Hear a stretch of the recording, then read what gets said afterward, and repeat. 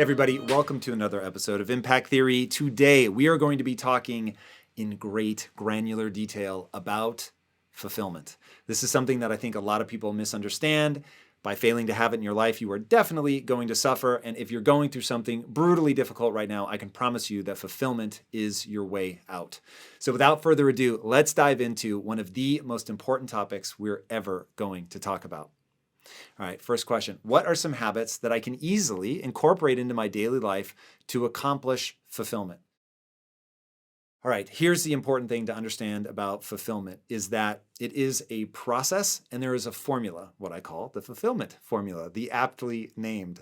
And the way that it works is this. First, I want you to understand that there are these imperatives in your brain given to you by evolution, and you are going to be emotionally rewarded for doing certain things and emotionally punished for not doing other things. And that's where fulfillment comes in. When you put yourself in an evolutionary context, you're going to understand why the formula is what the formula is. So I'll quickly give you the formula and then explain it in context. So the formula goes like this. You're going to work really hard to gain a set of skills that allow you to serve not only yourself, but other people. Okay? Now, why is that the formula?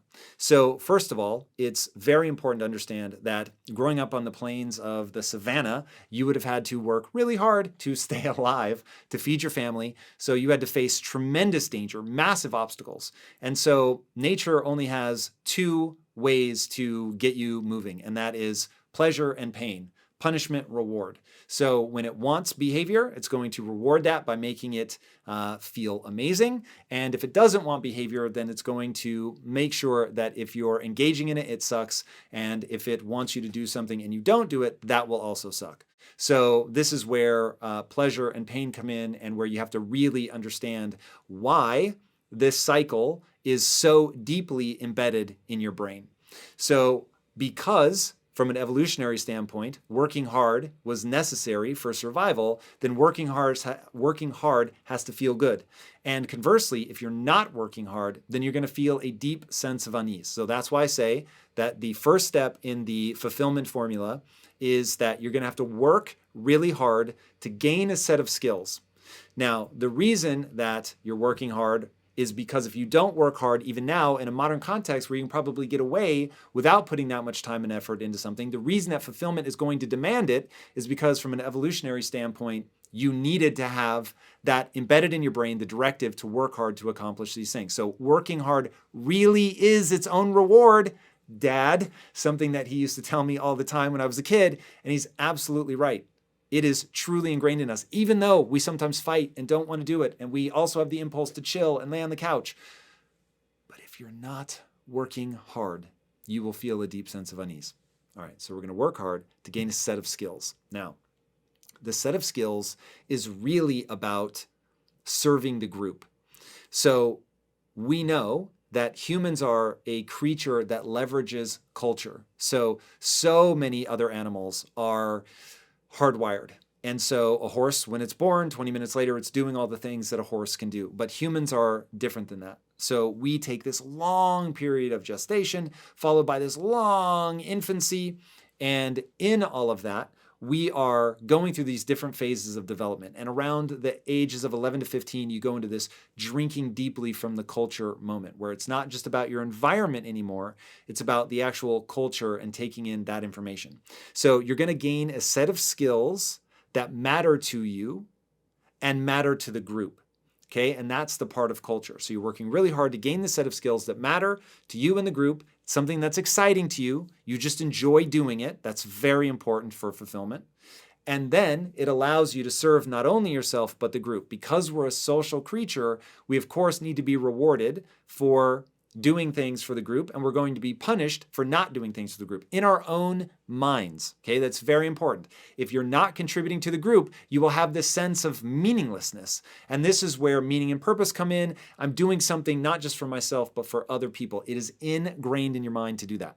Okay, so you get this set of skills. Now, this is where passion comes in. You want to be developing a set of skills that you're deeply passionate about, but understand passion also is a process. So you start with something you find interesting, you engage with it. If the more you engage with it, the more fascinating it becomes, then we're going to go down the process of gaining actual mastery, doing the boring, difficult, repetitive tasks required to truly master that thing in a way that the group values. Now, when you do that, you get into a passion feedback loop, even though it is boring and difficult at times. As you get better at this thing that matters to the group gives you feedback. And that feedback, when it's positive, feels wonderful. Thank you for whatever your contribution is. Oh my gosh, it really matters. It's amazing. Thank you so much. Which makes you want to do more, which you know to get that feedback more, you're going to need to go get better at that thing. And that's how you get people in these virtuous cycles. You're working really hard to gain a set of skills that gets the group excited about your contributions, which make you feel good about yourself, which make you want to get even better at that thing so that you can contribute even more to the group. And that is fulfillment. There's all this meaning and purpose behind it. You're doing it to serve other people. It's bigger than yourself. And now you get the neurochemical cocktail that you've been looking for by doing that formula. That's fulfillment. Fail to optimize for fulfillment at your own peril. All right, next question. Can you shed some light on how to be still in times of chaos and focus on working towards fulfillment? First of all, I want to acknowledge that chaos can be very difficult to deal with, and it requires a lot of emotional management, and you've got to be able to do many things, quite frankly. It is going to be a whole grab bag of tricks, my friends, for you to get through and get on the other side of that chaos. All right, first things first. Meditation is going to be huge, okay? Just at a physiological level, you've got to get that background radiation down to zero. Now, this can be very difficult when you're in the middle of something and you really feel like you're fighting for your life, but you need to make time for that. This is a physiological process. By getting into that calm and creative state, you're going to find answers that you otherwise wouldn't see. So we need to get out of that panic mode and into calm, creative problem solving. Now, remember, action cures all. So we've got this fulfillment thing that we're chasing. We've got the fulfillment formula. We know exactly what we need to do. We're in the middle of the chaos, and the thing that's going to solve for that, meditation, so we're thinking calmly and clearly, but also having a plan of attack and then going after it. So there's been really cool studies done by Andrew Huberman and other people about how lateral eye movement can actually pull you out of that stressed and anxious state, because what it's doing is it's mimicking you moving forward. And moving forward on these evolutionary time frames, we've been rewarded for that because it means that you're confronting your problem. You're working hard. You're dealing with the saber-toothed tiger, the warring tribe, the just need to go out and hunt, whatever. You're dealing with it. And since nature only has pleasure and pain, if you're dealing with it, nature's going to make sure to give you some pleasure on that. And conversely, if you're trying to hide from it, that's not going to feel great, and you're going to really spiral. It is crazy to me how taking action and getting into problem-solving mode immediately shifts me out of anxiety. It is absolutely profound. So that's going to be a big part of this. And when you're doing that in the context of the fulfillment formula, now you know that this is going to be something you're working really hard to gain that set of skills that serve not only yourself but other people. So you're thinking about other people. You're thinking about service. And that has a way of really helping you get through the chaos because it's giving you the emotional energy to have the stamina to fight through to get to the other side. And as I think it was Churchill that said, if you're going through hell, keep going. But keep going armed with meaning and purpose around how you're contributing to the group, around getting these skills, around being in problem-solving mode, and around taking action, because that is going to be the thing that cures all. And then don't forget, sleep hygiene, very important. Meditation, important. Keep your diet right. Don't tell yourself a negative story. Don't allow yourself to loop in defeat. Find people that can elevate you. Find people that will, in a very real, skills-based way, help you see the path forward and help you hold on to the only belief that matters, that you can figure this out. What are some action steps I can take right away to train my mind to not go after easy pleasures and happiness and instead seek the gratification that comes from fulfillment? All right. The great news is all you have to do is recognize the truth of the human condition. And the truth of the human condition is that chasing momentary happiness won't fulfill you. That's literally what I wanted to say. And I'm not, because we're talking about fulfillment, I won't use a just recursive loop, but that really is true. All of that stuff is so transient. What makes fulfillment interesting is that it is this far more stabilizing neurochemical state. So your brain is constantly checking in with you, making sure on a subconscious level that you're doing the things that you need to do to be of service to the group, to be of service to yourself, to make sure that you're taking care of yourself and your family and your loved ones and your tribe, okay? So there's this subconscious record keeping going on, and that's exactly what's happening. That's why you sometimes will feel the unease in your body before consciously you know what's going on, and you feel it, there's something off. You need to take the time to identify what it is to be able to articulate it in a single, nice, crispy sentence so you can figure out exactly what it is that you need to do to move forward. Okay, now once you understand that that is just the nature of the game, that going after these momentary things will be exactly that. It's going to be momentary. It's going to fade. You're going to have a sense of unease. You're not going to be in the shape that you want emotionally. Once I know, going down that road is not going to leave me in the emotional state that I want to be in, then it's very easy to go, well, this one might be a little bit more difficult. It might take more sustained effort, but it yields these tremendous results. So the example that I always give is eating junk food. I love junk food. And truly love it, by the way. It gives me a drug-like high. It is so fun to eat sugary foods. The problem is that, especially as I get older, it hurts, literally, after the fact. My joints will hurt. I won't sleep as well. I wake up the next day, and it's just like I have like a slight hangover. That's literally what it feels like. And because I know that that's the outcome, it's like, well, on the times where I don't mind, and it's like, well, I'm going to, enjoy this drug-like thing for a minute. I'll sort of walk a fine line, have some fun here, suffer a little tomorrow, but on balance, maybe I come out a little bit ahead on the happiness. But if I try to do it 2 days in a row, forget it, 3 days in a row, it really starts to be like a real problem. So even over the holidays now, when I let myself off of, the hook with all of my normal disciplines and all of that, even then now, I keep myself in check just because I don't like the way that it feels. So once you understand, I can do this thing over here and feel really good, or I can do this thing over here, it's very momentary, it's very transient, it doesn't last, I kind of, I'm not where I want to be, and I begin to ask myself questions like, what am I doing with my life? So just knowing that, to me, fulfillment is much longer in duration. It's much more resilient. I can be fulfilled even when things are hard, even when things aren't going my way, even when it's difficult. In fact, the fulfillment I get from contributing to the group is the very thing that inoculates me from the hard times being able to knock me all the way down. Because on those moments where you're just beleaguered and you're getting it from all sides and it just seems like everything is crashing on you at once, in those moments, you're going to cling to what you're doing to help other people.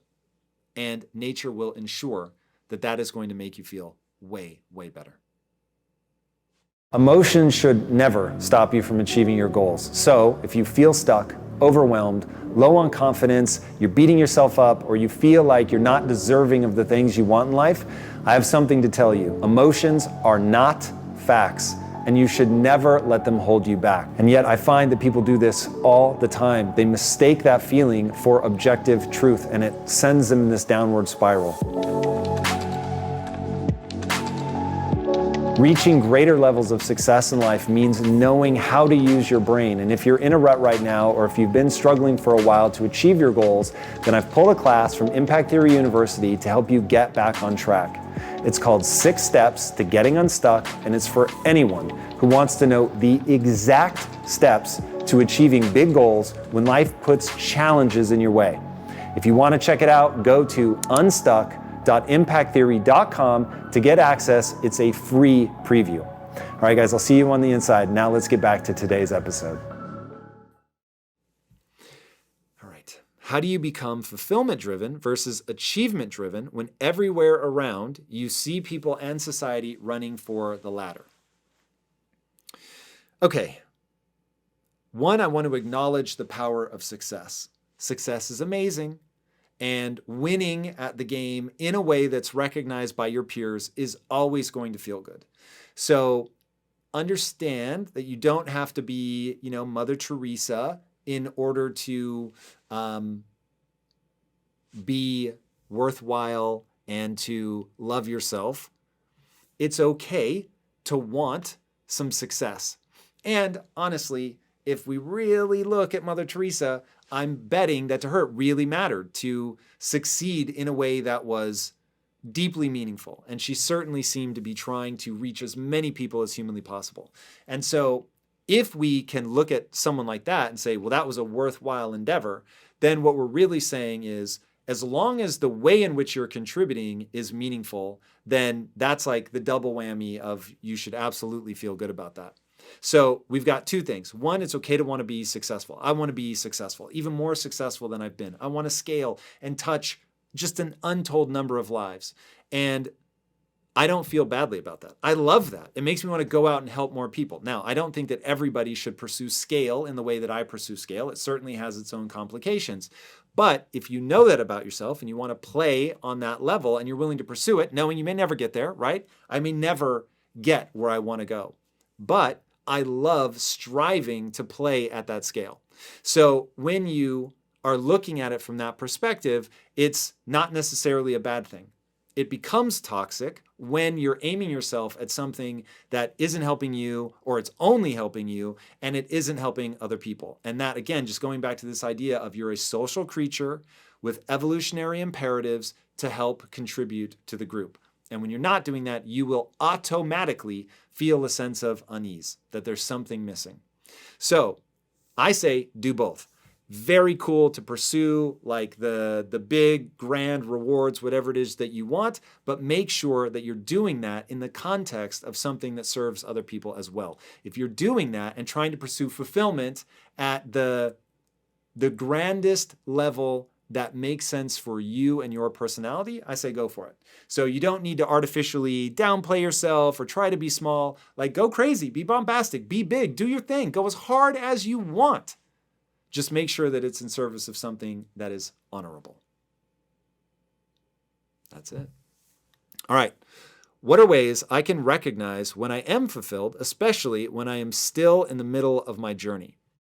All right. So one, this is about taking time to catalog the things that we're grateful for. Just really stopping to either journal or think through, what is it that I'm doing?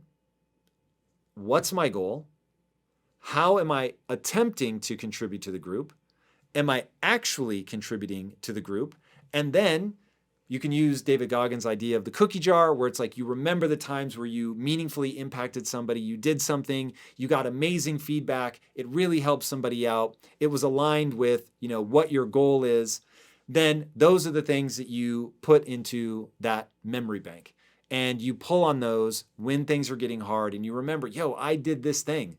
I can do more things. I can push harder, go farther, help more people, whatever the case may be. And so as you think about that and you recognize you're not where you want to be yet, but you're focusing on the ways in which you've already contributed, that's going to give you the energy that you need to keep pushing through.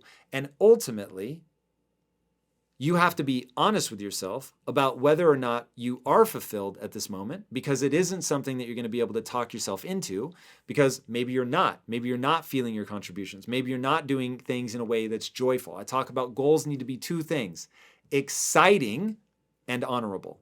Okay, so if honorable is that it helps not only yourself but other people, don't forget about the exciting part. You've got to be just amped up. You got to be doing something that you want to do. For instance, is it possible that I could help more people by doing something other than building impact theory? It's entirely possible. But impact theory is what I love doing on a daily basis. I love doing content like this. I love the people that I get to meet, the people that I get to interview. I love the idea of building film and TV and NFTs. Like, all of that stuff for me is absolutely thrilling. I love it. Maybe I shouldn't, but I love it.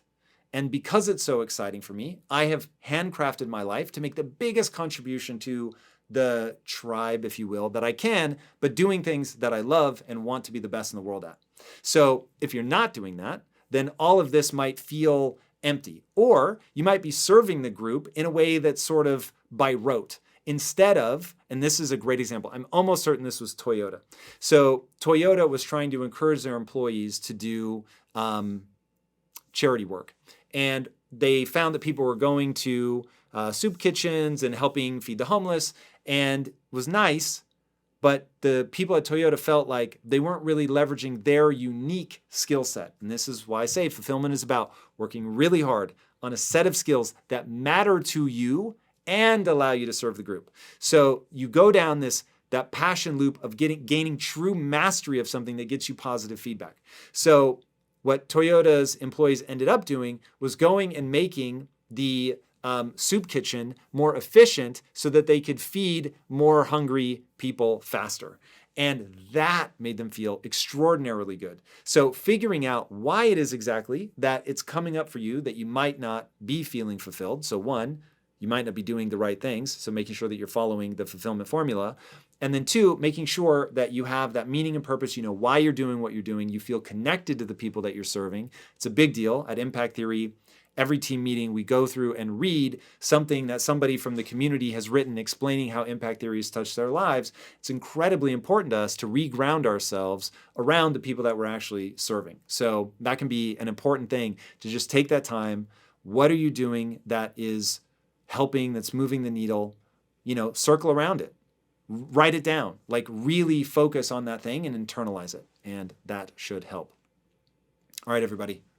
Fulfillment is one of the most important things. I'm telling you, the punchline of life, the very thing that you were trying to optimize for is very simply fulfillment done in a joyful manner. Fulfillment and joy, fulfillment and joy. That really is the key. It isn't the grand success, so there's nothing wrong with chasing that. It isn't accolades, it isn't money, it isn't fame, it's none of those things. It is truly working really hard to gain a set of skills that you care about, that allow you to serve not only yourself, but other people towards an end that excites you. And that's it. All right, guys, I hope that you put this stuff to use in your life. I hope that you start living by the fulfillment formula, and I hope that it serves you as well as it has served me. All right, guys, speaking of things that will serve you well, if you haven't already, be sure to subscribe. And my friends, if you don't have an Impact Theory Founders Key, you're going to want to get one. Go to founderskey.io to learn more about NFTs and what we're doing in the space and how you can be a part of it. I think Web3 is going to be life-changing for a lot of people. Make sure that you are learning about it. It doesn't have to be our project. Just make sure you learn about Web3. All right, guys, until next time, my friends, be legendary. Take care. Peace.